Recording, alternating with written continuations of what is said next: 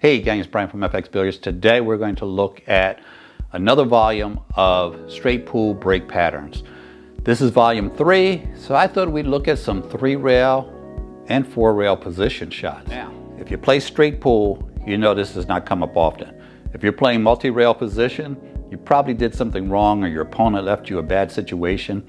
So you don't get to play a lot of multi-rail position, but sometimes you don't have a choice. For those of you that don't know about this series, I number the balls so you can see what order I'm going to be shooting them in.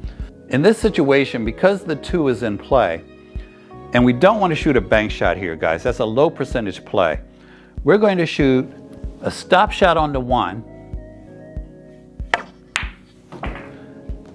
And now we can play high right, come off of multiple rails, and preferably get below this 3. So that shot would look like this. And we don't have to worry about scratching because the angle we have, I can already tell we're going to come off of this rail last.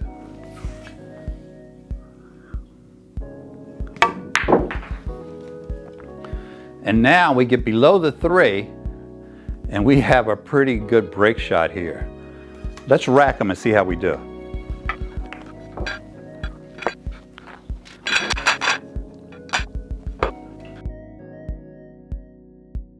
Now with a back cut like this, what you want to do is figure out where you're going to make contact with the rack.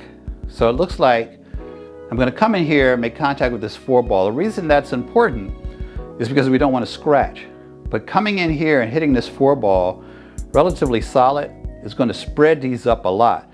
So I don't even need to hit this hard in order to get a nice spread that I can run out from. So that would look like this.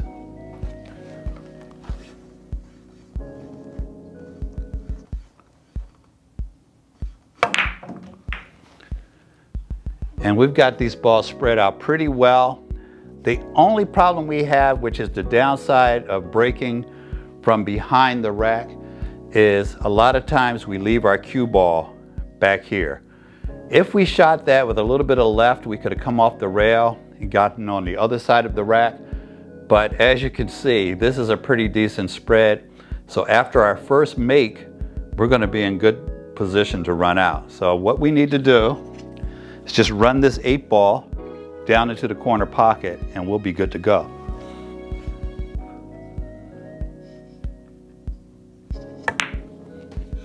All net.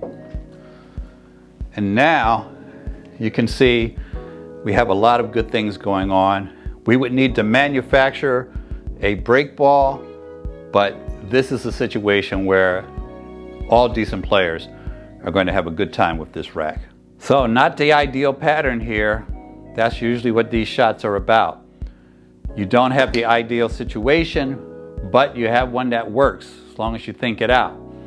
We are playing the 1 ball here to get us on the 2 so that we can get back out here and have a decent break shot on the 3. That 3 is an ideal break shot position.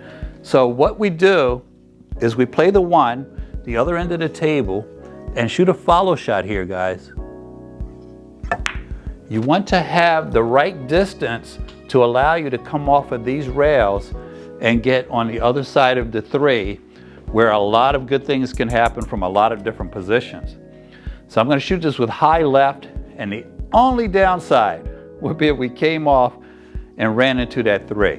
But our speed and the amount of spin we put on this is going to be what allows us to get perfect position.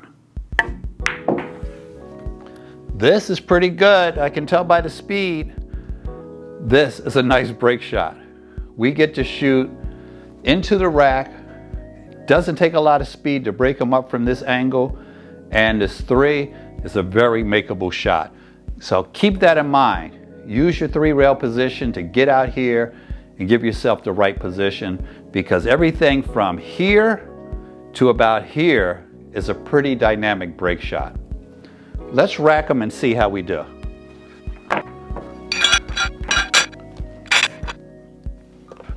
Remember, when you're playing these back cuts, guys, this is a good thing because you don't have to put a lot of speed on the shot. Don't try to kill it, because the absolute worst, most miserable, disgusting, hated thing in straight pool is to break up that rack and miss the shot. because now your opponent's got a freebie and is probably going to run at least 15. So let's see what the shot looks like, but focus on making the ball. You come over here, you see the shot. All right, you don't need to put anything special on this. We're going to come into the rack at the 5 ball, which will spread them up without us putting a lot of speed on it.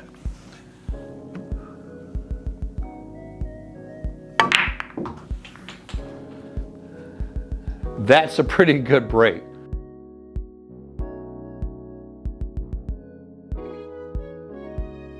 So we have this situation. It's very difficult to get on that 3, but the 3 is a very good break shot here. One of the things we could do is we could play this cue ball off the 1 with inside English, go up and back, and give ourselves this break shot. This is not a bad shot at all. It's a little far for a lot of people, but I like it. Now, the other thing that we could do, that I think I like even more, is go around the 3. Don't be afraid to hit your break ball. If your break shot is going to be there, if you know where this cue ball is going to go. So, what do I mean? We come this way and come around the 3. I've got a very large zone where I have a decent shot on that 3 ball without shooting the length of the table. This shot looks like this. I'm going to hit this very soft, guys. You want to know the speed? The speed is called slow. We're letting the English take it around, and now we have pretty much the same angle, but a much closer shot and still a high percentage break shot. So don't be afraid to go around your break ball. It's okay. Let's rack these real quick, see how we do.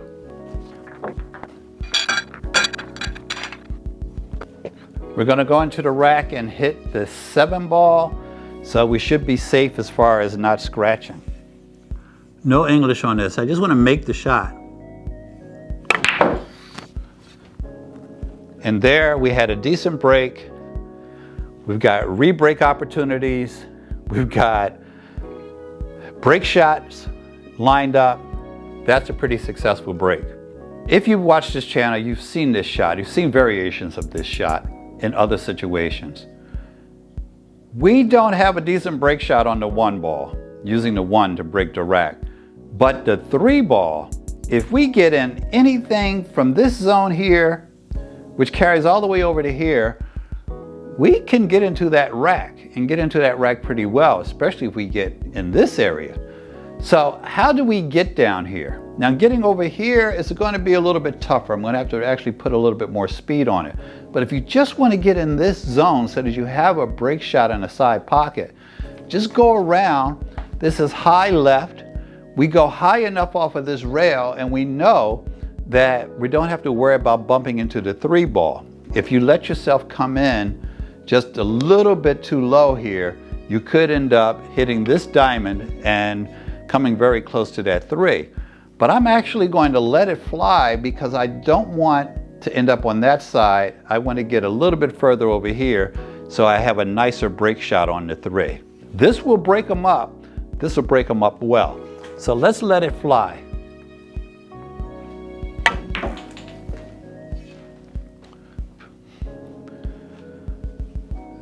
This I like. Let's rack them and see.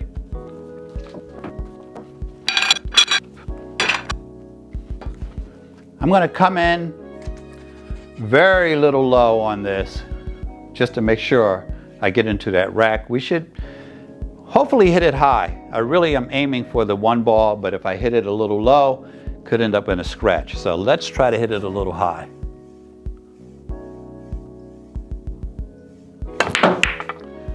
We hit the 1 ball solid, which I like, and I bet you like to run out from here, right? So keep that in mind. Huge zone that I had. I got to let my stroke out. You're not going to have the exact same configuration, but similar situations will come where you can use a shot like that. There are thousands of these multi-rail position shots. I showed you maybe 4 or 5. Hit the subscribe button if you haven't done so already. You're missing on some videos that your competition is watching. So hit the subscribe button if you got anything out of this, and hit us in the comments. Let us know what you think. Have a great day, and thanks for watching.